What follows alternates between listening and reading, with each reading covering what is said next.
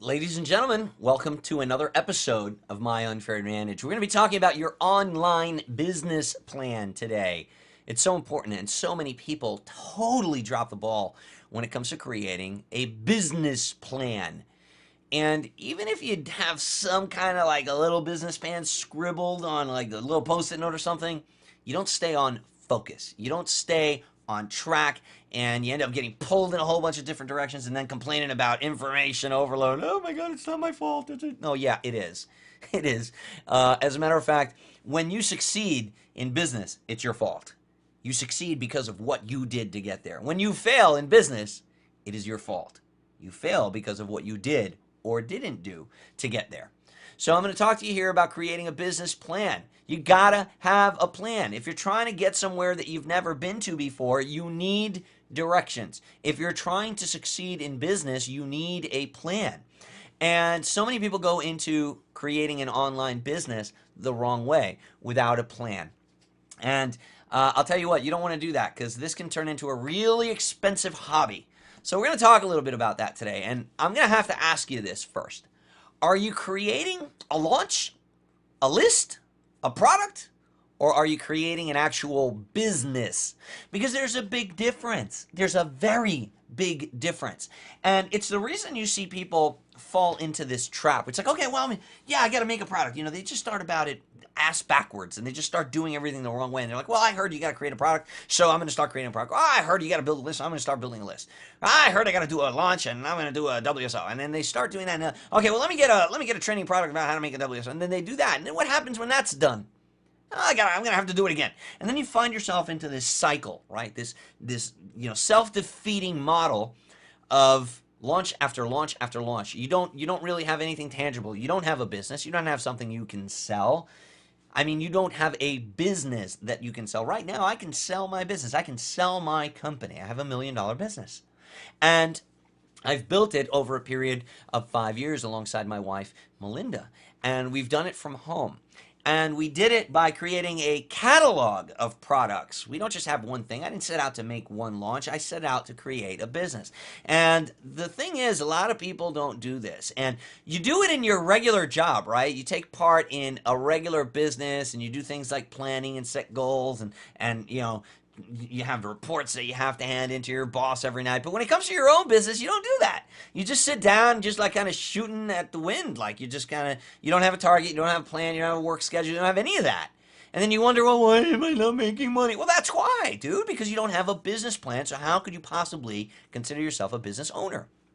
It all starts with a pad and a pencil. That's it. That's all it takes. You just need to close the door and sit down and just meditate a little bit on what you're trying to accomplish. Open up a pad to a plain white piece of paper and grab your pencil and just start writing down some ideas, some goals. And then eventually what happens is those goals and those ideas from your pad, they move on to a whiteboard. You should have a whiteboard for your business. Having a business area in your house is very important. Are you running your business from like your kitchen table and your laptop and moving it around with you?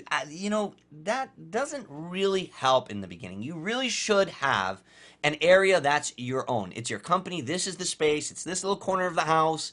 It's this little whiteboard. This is my calendar. This is my, and the stuff on the pad moves over to the whiteboard. And I used to have a 3-foot whiteboard where I wrote down everything. I broke down my goals. I had a little calendar whiteboard kind of thing that I would fill in what I needed to do by certain dates. But that was my business. It was my business area. I had my desktop. I had my binders with my notes. I had, the ebooks that I had purchased and printed them out. They were on the desk there. I had my little, my notebook with, I would open it up every day. I had my computer, and then I had an actual CRT monitor, like a regular computer, and then I had a little laptop next to it that I would work together on both of those computers, because sometimes I'd be watching a training video on one and then doing the actual thing that I was being trained on the other computer. But the point that I'm making, I had a business area. That was my office in my house, and that's what I dedicated it to. You don't have to have a fancy schmancy, high-rise office building or anything like that. You just need a little area that you can call your own, a little area that everybody else in the house knows not to mess with, because that's mommy's business or that's daddy's business. And it's that important. And I even had a name for my company. You know, I had a name for my company, and I put it up on the top of the whiteboard, and Melinda bought me a little plate with my name on it, you know, like you put at your desk at work, you know, and I put that on the door, you know, and I was running it like a business, man. I would, you know, get home and I'd go to work. Literally, I'd get home from work and I'd go to work. And I'd go to work for myself, for me and my family. And I took it very, very seriously. I envisioned a company long before it was even a company. I knew in my mind's eye what I wanted to build, and then I set out to build it. Run it like a business from day one, because as a hobby, this thing is more expensive than golf, let me tell you. If you're treating this like a hobby, it's going to treat you like a hobbyist. You're not going to be, you know, the average person that plays golf doesn't make money from it. The average person that builds model airplanes doesn't make money from it. The average person that makes scrapbooks doesn't make money from it. Those are hobbies. They buy the stuff that they need to partake in the hobby, but they don't really make any money from it, because they're not looking at it as a business. They're looking at it as something to do. And let me tell you something. There's a lot of internet marketing products out there that you can fall victim to and buy, and it becomes rather expensive. You may be there. You may be there right now. A hard drive full of products and stuff that you've done nothing with, or stuff that you've started and given up after 2 videos because it didn't quite turn out to be what you wanted it to be. Whose fault is that? It's your fault, man. It's not anybody else's fault but yours, because you didn't have a proper plan and you didn't buy the proper tool for the proper job. And that's what we're going to talk about next. Now, I want to cover a couple of things here, and I'm not going to sugarcoat any of it. Obviously, you know that I'm not known for sugarcoating things. And first of all, I'm going to say these 2 things. You have to be self-motivated, and you have to be ready to get your ass kicked. Does that bother you? Does that scare you? Let me tell you something. If you're going to be an entrepreneur and you're going to build something of great value from scratch, you've got to be willing to take the punches. And you're going to take some punches right on the chin. And you're going to have to learn. You're venturing into something new. And like with anything else, there is going to be a learning curve. You're going to try things that don't work. You're going to fall flat on your face. And it's not about you know, how many times you tried. It's about how many times you got back up and you got on the horse again and you tried again, right? So it's important that you be self-motivated to do that. If you're the kind of person that is still in a stage in your life where you got to get up, oh God, I got to go sit at the computer and do work, dude, you're not going to build a business. I'm sorry. If you're the kind of person that needs others to motivate you, that you can't get started, you can't get rocking and rolling, you can't sit down and work hard for hours at a time without somebody on your back, without listening to 2 hours of Tony Robbins to get you all amped up, without drinking 10 cans of Red Bull, if you're that person, chances are you're going to get your ass kicked, because building a business takes a lot of work. It takes hard work and dedication. And you're going to try things and you're going to invest your time and your energy, and then it's not going to work, and you're going to look, you know, you're going to shed tears, and you're going to sweat, and you're going to realize that being successful is tough. It's hard. And you're going to realize that once you start making progress, sometimes you got to take a step back in order to make 2 steps forward. And it's not always roses and daisies on the other side of the fence, okay? You actually will be getting your ass kicked. So you need to be a self-motivated person, a go-getter, somebody that wants to achieve goals. You have to be driven. And that's important. I'm not going to make this a big motivational video. That's not what this is about. But it's important that you understand that it's hard. It's hard work. Maybe you haven't heard somebody say that to you before. Maybe everybody that you've listened to in the past as far as building your online business has been trying to sell you something. And so they've been telling you, yeah, it's going to be awesome. You don't got to do nothing. Just pay me $47. And then you copy this little line of secret code that exposes this loophole that automatically pours money into your PayPal. Doesn't work that way.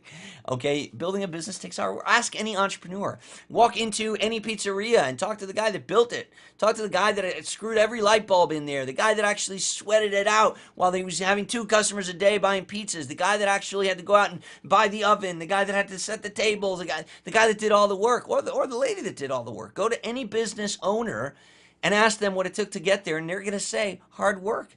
None of them is gonna. None of them are gonna say, "Oh man, this is awesome." Yeah, no, I didn't have to do anything from the day I started. Yeah, no, this is awesome. Unless they had a bunch of money and they already bought a business that was rolling. Right? Does that make sense? Of course, that makes sense because that's reality. And for some reason, people fall victim to this whole vision of like, "Oh, I don't got to do nothing if it's an online business. If it's an online business, yeah, that's easy. Yeah, what? What planet are you on? It's not easy. It's hard work. Any type of venture where you're going to be your own boss requires you to be self-motivated. Now, these are the things that typically motivate people. They're the four F's. Now, you can probably argue with me, no, Omar, no, there's more. There's other things. Okay, fine. I'm not Maslow. We're not going to talk about the hierarchy of needs or anything like that here. We're going to cover the four basic principles that motivate people to take action and build a business: fame, family, freedom, and fortune. Now, some people like to do things and because they like to see their name up in lights. They love the paparazzi. They love having a circle around them at an event. They love the fame of it.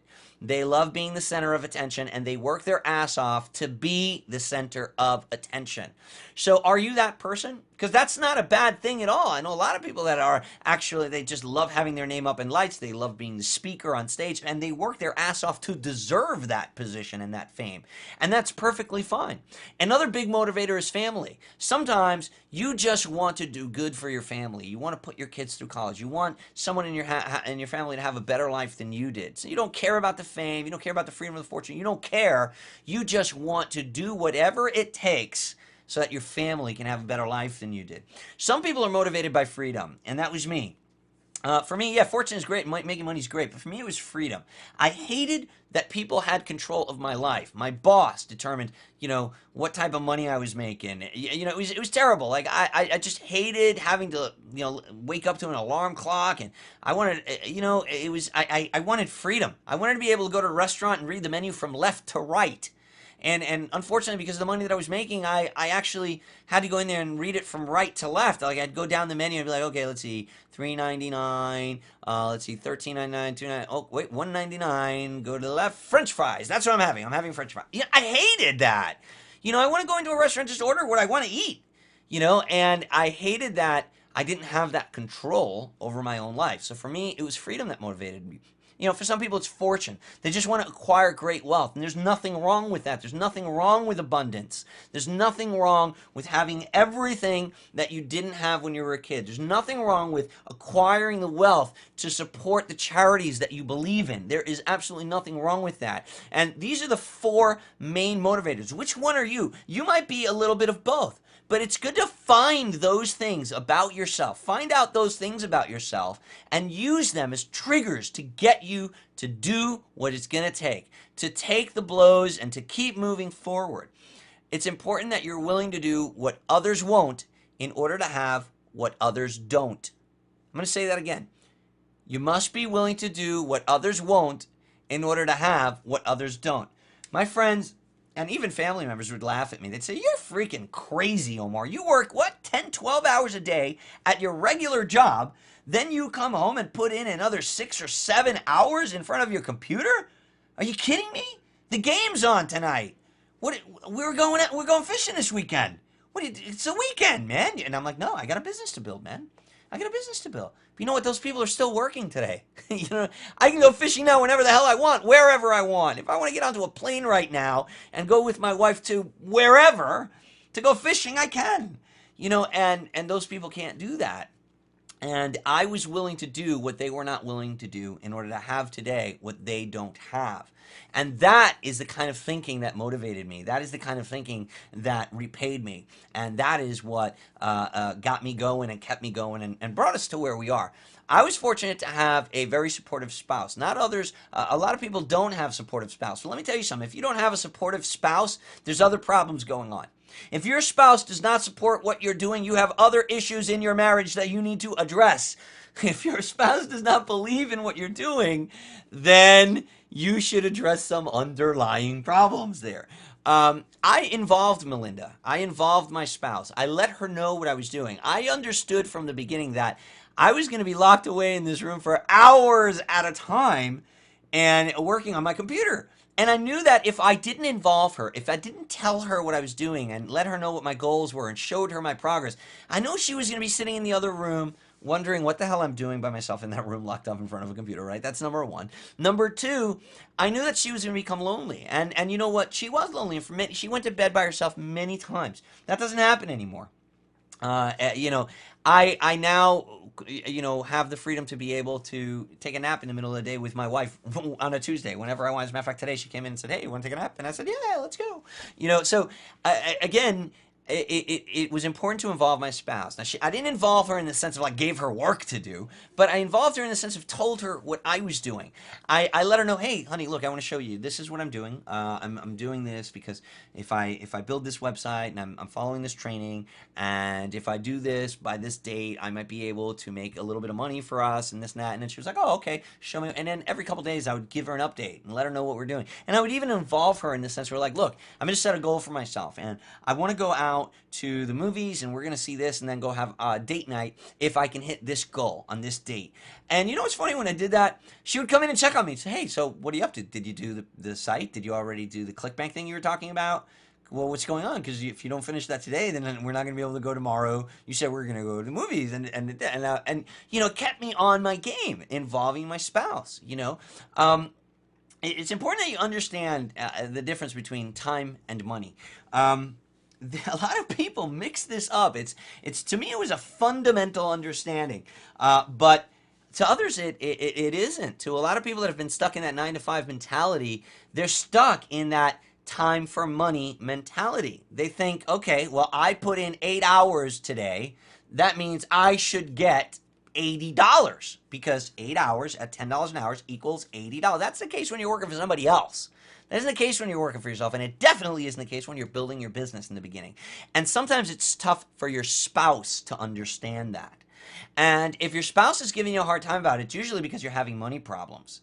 And if you're having money problems, this might not be the best time to invest in a business, because a business takes a significant investment of time and money. You ask any business owner, I challenge you to walk into any business and talk to the owner and say, hey, did you build this business without investing any time or any money?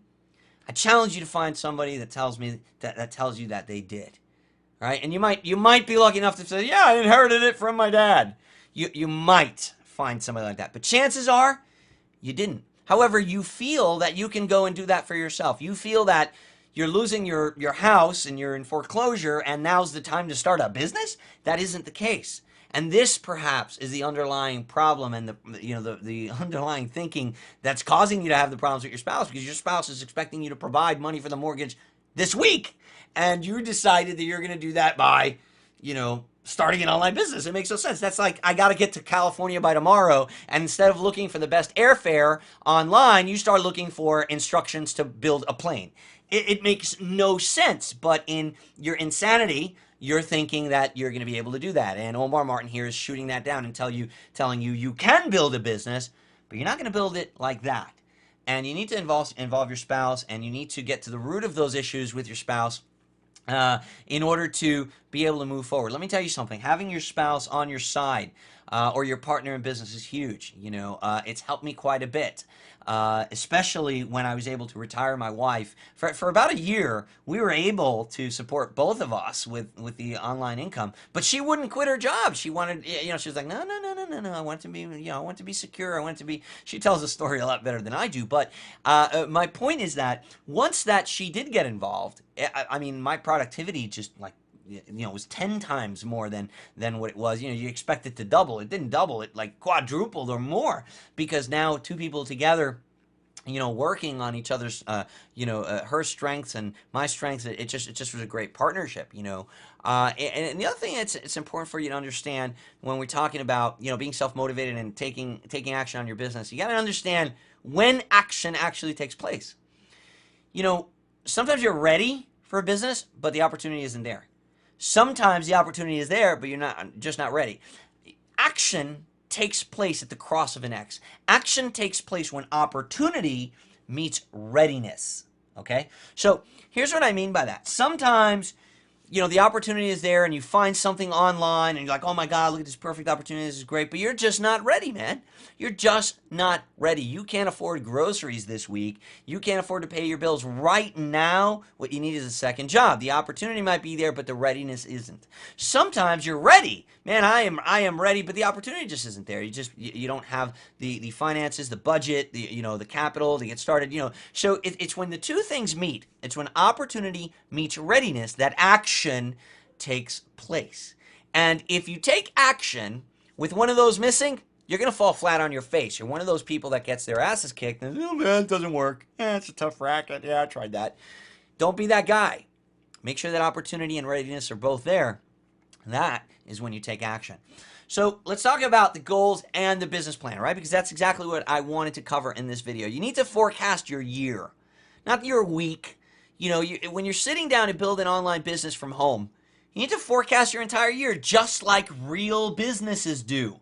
Just like the manager of your company does. Your manager, wherever you work, he's got to create a business plan and submit it to his manager, and his manager's got to go to the general manager and to eventually to the CEO and whatever. We create goals. We forecast our quarter, then our year. Then we have a 5-year plan. Every company creates SMART goals.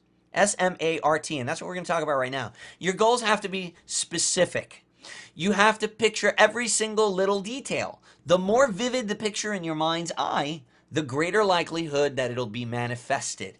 If your picture is blurry, if you don't really have an exact idea of what you want to do, then it's probably not going to happen. If you're looking to buy a car and you want a specific car, you need to know the color, you need to go know the interior, you need to know the features, you need to know the make, the model, everything. The more detailed your vision is of that car, the more likelihood that you'll be able to manifest it. Same goes with your online business goals.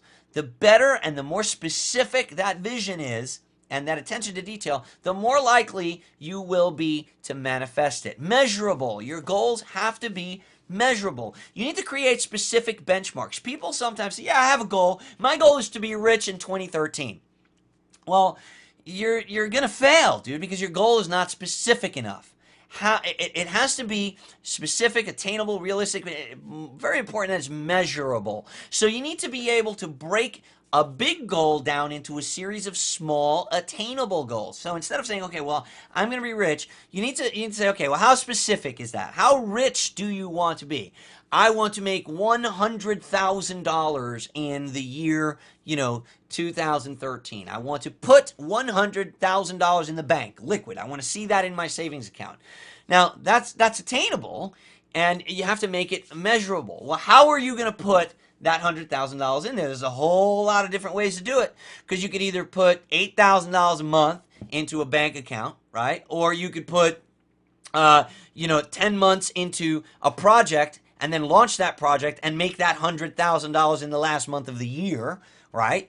There's a lot of different ways to do it. You could do 2 launches, 2 products, create 2 products, one in the first 6 months, one in the second 6 months. You could, put $50,000 in the bank with the first one, $50,000 in the bank with the second one, right? So what I'm saying is there's multiple ways that you can generate that wealth, and you need to create measurable goals, right? And the way to do it is really to create a timeline and then actually set little benchmarks for yourself. Okay, so this month I want to have generated $2,000. And the way that I'm going to do that is in the first week, I'm going to create this website. In the second week, I'm going to do this. In the third week, I'm going to do that. And by the fourth week, I will have already made, the third week I made 250. By the fourth week, I'll make 350. And I'll be at you see what I'm saying? You're creating little benchmarks on a timeline that you can then see if you're hitting those goals. So week number 2 comes along, and in your morning meeting that you have with yourself every week, right? You look at your goals. You look at your whiteboard. You turn around and you say, okay, well, let's see. Today is the 14th of the month. I was already supposed to have the website up, and I was already supposed to have this if I was going to make my $1,000 this month, which is on track for me hitting my $100,000 at the end of the year. But it's already day 14, and I haven't even done that. So if you've missed that goal, what are the chances of you getting to the next one, to the next benchmark? Right? Do you see what I'm getting? Measurable. They have to be measurable. Create specific benchmarks for yourself to stop and review your progress. And if you don't hit that benchmark, don't worry about it. Your goals don't change. The only thing that changes is your date. Okay, you just got to move the date and make it a little bit more realistic. Now, your goals have to be attainable. These benchmarks have to be attainable. Don't set yourself up for failure. And this is one of the biggest issues that people have is they have a blurry, fuzzy vision of what they want to do.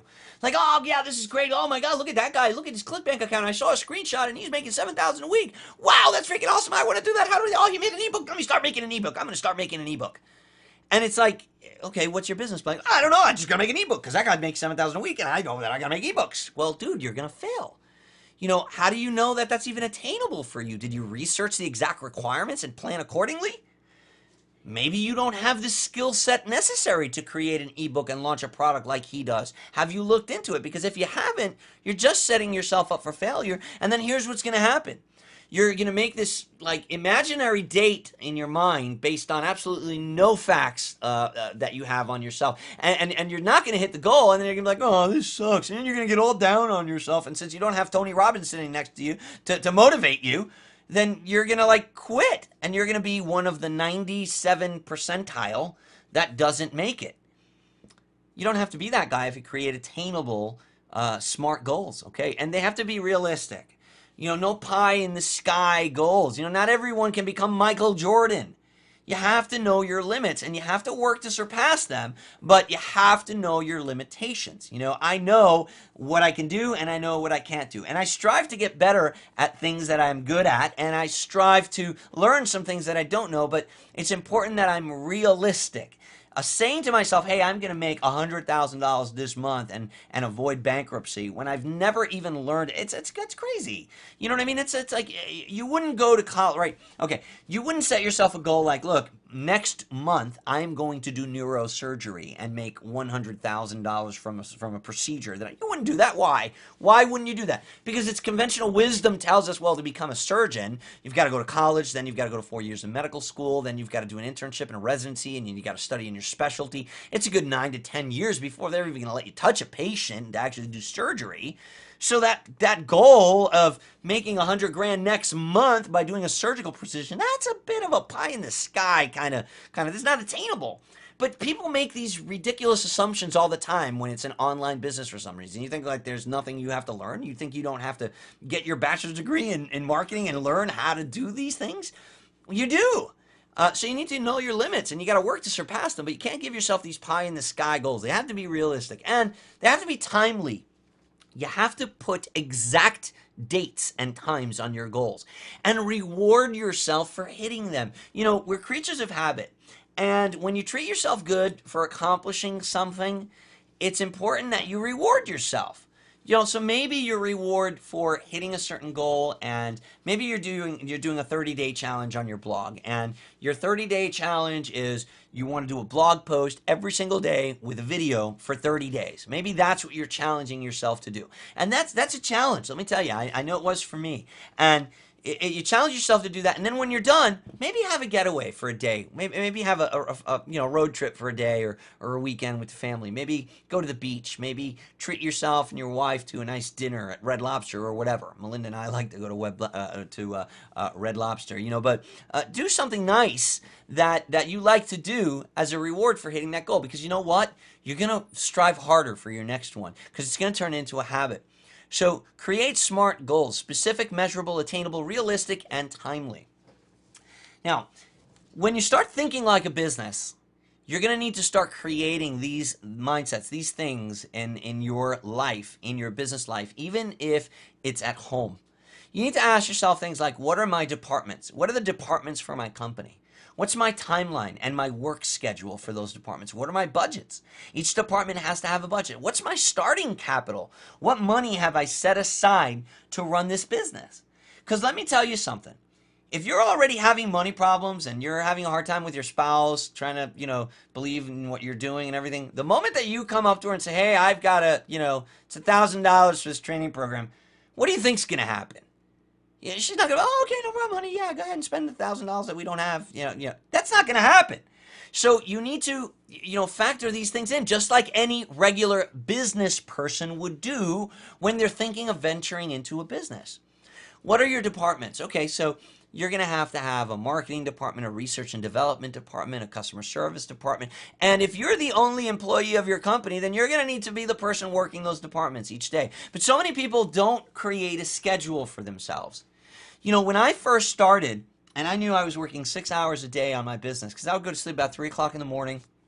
I'd come home from work about 9, and I'd start working on my business after I'd have a quick dinner with my wife in front of the TV, watch American Idol or something. Then I'd go into the room and I'd start working on my business 5 or 6 hours every single night, or until I couldn't take it anymore and I had to go to sleep.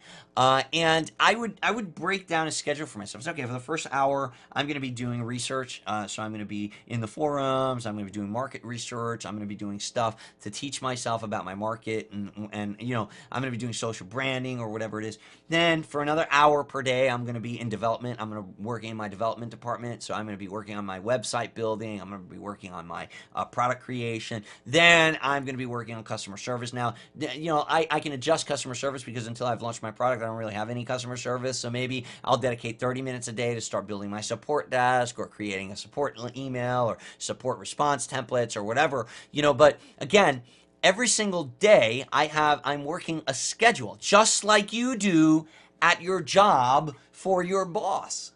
You see, one of the biggest issues that people have is they'll go and they'll work a schedule for someone else, but then when it comes to working for yourself, for your own business, for where it really matters, you don't care. Today I'm too tired, I'm not going to work today. You know what? This is a pain in the ass. I'm not going to do article writing today in traffic because that's like, I hate doing that. What are your budgets? Do you have a budget for every department? I'll tell you, in a regular company, the sales manager has a budget for his sales reps. The customer service department has a budget for the customer service people. Every department has a budget. The marketing department has to have a budget. How are you going to buy marketing material, business cards for your people? You need to have a budget. But you can't create budgets and determine what your investment capital, what your startup capital is going to be if you don't even know what your departments are going to be and you haven't created a timeline and a schedule. You see how these things are all interconnected? It all starts in that notepad and that piece of paper where you start writing down your vision. When you start actually writing down on that whiteboard and literally creating a vision and a map for your company. These are the kind of things that you should be contemplating in the beginning of creating your business. If you're thinking about, I got to build an ebook. I got to make an ebook because I learned from Omar that I got to make an ebook. And he does 7,000 a week on ebooks. Dude, no, I don't. I do 7,000 a week just with my affiliate marketing. That's just that's just our list that we built of customers in our business. There's a big difference. These are the departments that I created in my company when it was just me in that room. Research. I needed to research every single day.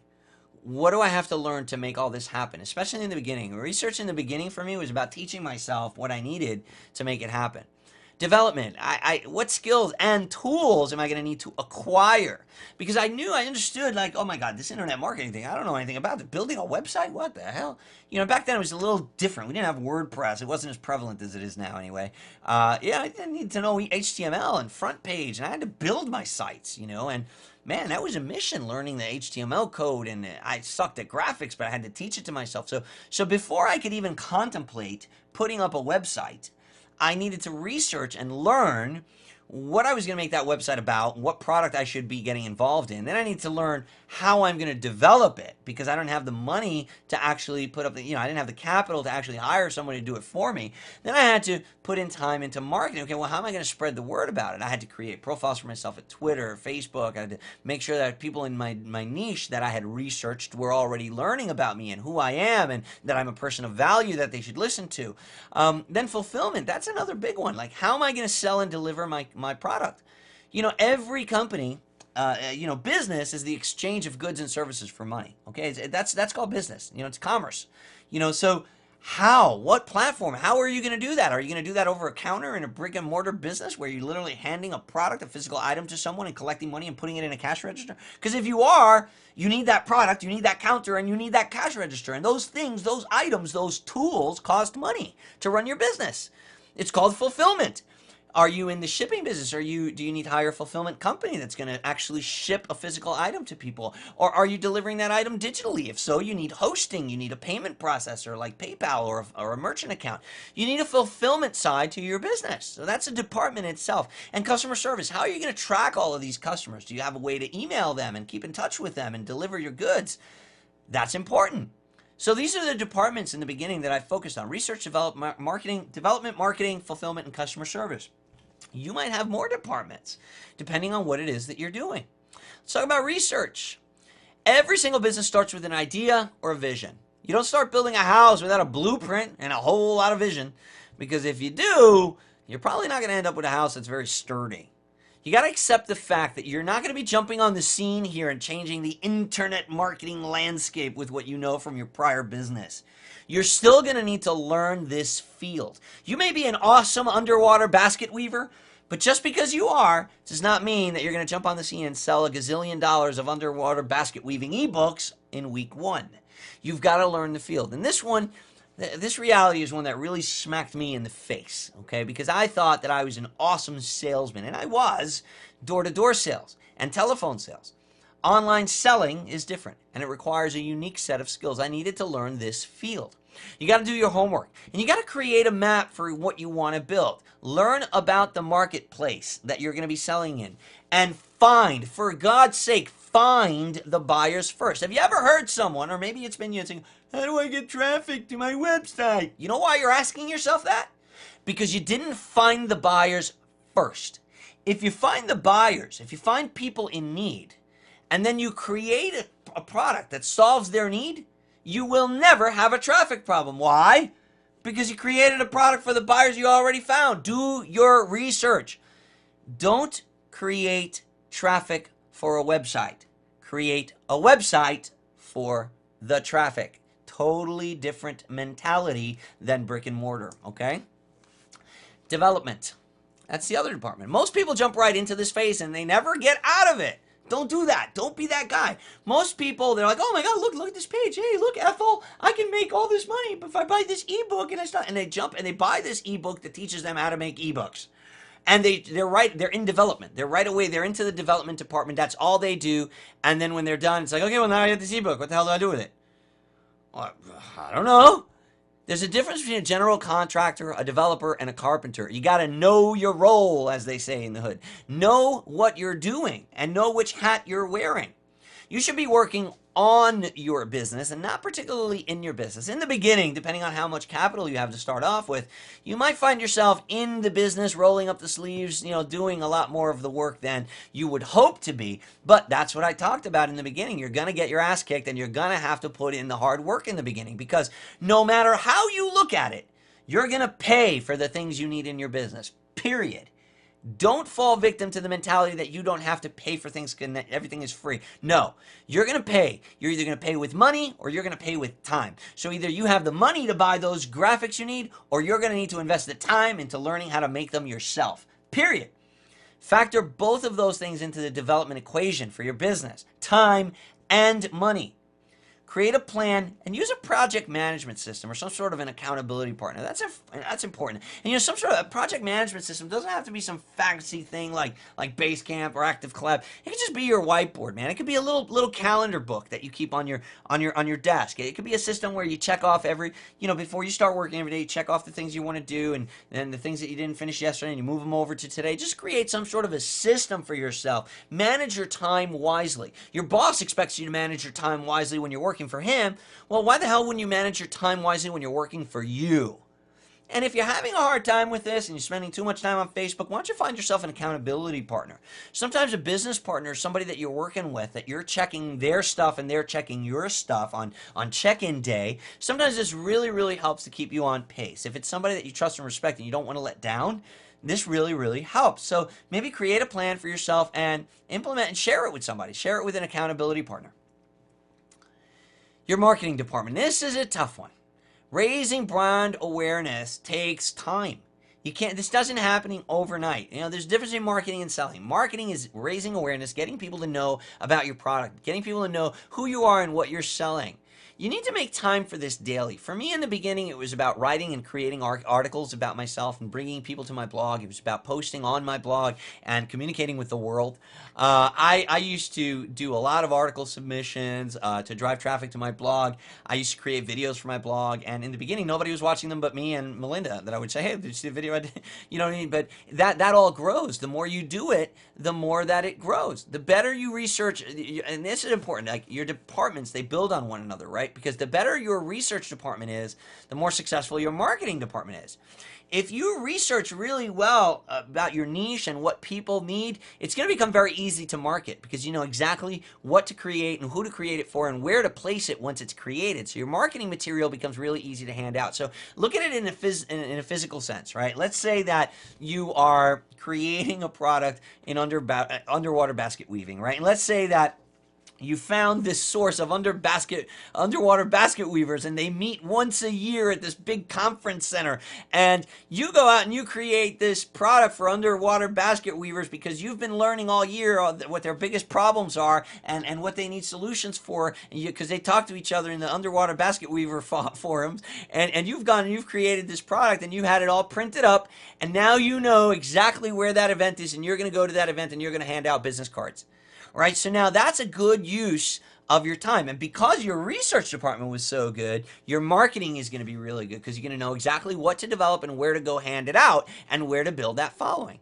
Now, this is a multifaceted department that can become a time hog, right? Because you might say to yourself, well, I've got to raise brand awareness inside of Facebook, inside of Twitter, inside of YouTube. I got to do blogging. I got to do article creation. Yeah, it is a time hog, especially in the beginning. And you're going to have to learn to outsource here. So this is probably going to require you spending some time in each one of those things and limiting yourself and saying, I've recently started setting a timer on my desktop. I have my iPad and I have this big countdown timer that's just rolling on the screen there so that I know I limit myself to a certain time on certain sites. You know, so I only do a certain amount on Twitter, a certain amount on Facebook, a certain amount on YouTube. And you got to be creating content and putting things out there that are going to raise your brand awareness and let people know about your product and your brand. And then if there's parts of these that you don't enjoy doing, outsource those. Okay, so this is where you're going to want to have a budget for yourself, right? So if I don't like writing articles, then I may want to outsource that part of my business. If I want 2-3 new articles a week,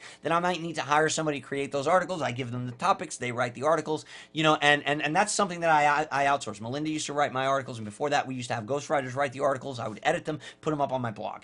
Okay, so there's parts of your business that you can outsource, but you're going to need to factor that stuff in, and your marketing can be a time hog if you don't plan it properly. Fulfillment. Now, this is where we talk about building the sites that are going to sell your product and deliver your product. You're going to need to have a system in place for collecting money, for delivering the product or the service, and this can be 99% automated using services like ClickBank, Pay.com, JVZoo. The whole payment processor thing can be automated, but again, you're going to need to learn about that stuff. So you're going to need to dedicate time to fulfillment, to educating yourself on how am I going to fulfill my customers' needs. And once they purchase my product, first of all, how am I going to sell it? So are you the guy that has to buy the cash register and the counter, or the display case because you have a brick and mortar business? You know, what's your display case and your sales counter online? What's your website, right? So you're going to need to learn that whole website creation process and how am I going to create that sales page and what am I going to need? What tools am I going to need? And how am I going to learn how to set this up so that it runs on autopilot so that I don't have to be here every single day? And remember, you can also automate physical fulfillment services. There are companies out there that will fulfill your physical product. So if you're creating CDs, DVDs, or if you're literally selling baskets, for people that you've woven underwater, you can actually hire companies that will ship those out for you. There's fulfillment companies out there like Kayako, Dis.com. There's a whole bunch of them that will fulfill your products and services for you. And speaking of service, customer service. You're going to need to expand this as your business grows. And this becomes more and more complicated as your business gets bigger. Initially, you can handle this yourself via email. But if you're doing things right in all the other departments, you're going to need a dedicated help desk pretty quickly because you're going to start acquiring new leads, new clients, new customers. And you're going to want to have a more reliable way to communicate with your customers than email. Email is not reliable for strangers or people you've just met because since there hasn't been a lot of correspondence back and forth, your email client or the service you're using, whether it's email, AOL mail or Hotmail or Gmail or whatever, it's going to end up throwing those customer emails, those emails from your customers into the spam box, and they can go unnoticed. Or even worse, your reply to them could go into the spam box and they don't even know you're answering their question. That is terrible for business. Now, in the beginning, there are ways around this. There are little WordPress plugins and things that you can use. But at the end of the day, if you're doing everything right in your other departments, your customer service requirements are going to grow, and they're going to grow fast. It's important that you treat your customers like gold. You know, things go viral very quickly nowadays. And just as quickly as people's positive testimonials about you can spread on the internet, so can their negative reviews. We are in a review society. People want to read about you and know about you before they do business with you. You need to delight your customer. You need to make sure that every single person that you sell to becomes a customer for life. You know, and some people are saying to myself, well, some people think that what they want to generate is a satisfied customer. I just want to make them happy, and then that's it, so he goes away. No, you don't want a satisfied customer. You want a loyal customer. Okay, you want to generate loyal customers, not satisfied customers. And ask yourself this: would you prefer that your spouse be loyal or satisfied? Right? You want a loyal customer, not a satisfied customer. There's a big difference. Accounting. This is a department that I wish I had paid much more attention to in the beginning. Don't underestimate the importance of proper bookkeeping. Before you know it, you'll blink and it's tax time.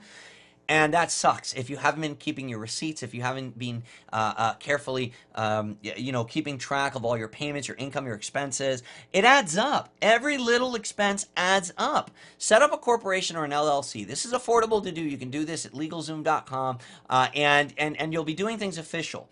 You need to collect W-9s from affiliates. Like if you're actually doing business with affiliates and people are doing work for you, you need to save all of your receipts for anything that you buy. These things are important. You need to keep accurate spreadsheets from day one. Keep some accurate records of what you're doing so that when time comes to consult a accountant or you're doing your taxes at the end of the year, you're gonna want to have some documentation. You can't just show up with a shoebox full of receipts, you know. In the beginning, you want to dedicate a little time to this weekly. Keep a little spreadsheet for yourself. Okay, this is how much money I've spent. These are products that I bought. This is how much I brought in. And this grows. It becomes a daily task eventually. And this eventually is something that you outsource. Melinda does our bookkeeping right now. And we actually have, well, she does low-level bookkeeping here in the house, and then she collects everything, puts it into spreadsheets, gives it to our bookkeeper and our accountant that then put together all of our tax documents. So again, this is something that will grow over time. It's important that you start treating your business like a business from day one, and the accounting department is important. Plan your work. I think if there's one thing that I'm trying to get across here is your need for a business plan. You need to have a plan, and then you need to work that plan. Treat it like a business from day one if you expect it to treat you like a business owner. Start today. Grab that notepad, turn it to a blank page, start writing down your vision, start writing down the department, start doing your research, start creating a plan, and start working that plan. Because that's the way that you're going to build an online business that you'll be able to pick fruits from for life, something that you'll be able to will to your children, something that'll really bring you to the income and the abundance that you need and that you deserve. Plan your work, work your plan. Thanks for watching this video, and I look forward to seeing you in the next episode. Take care.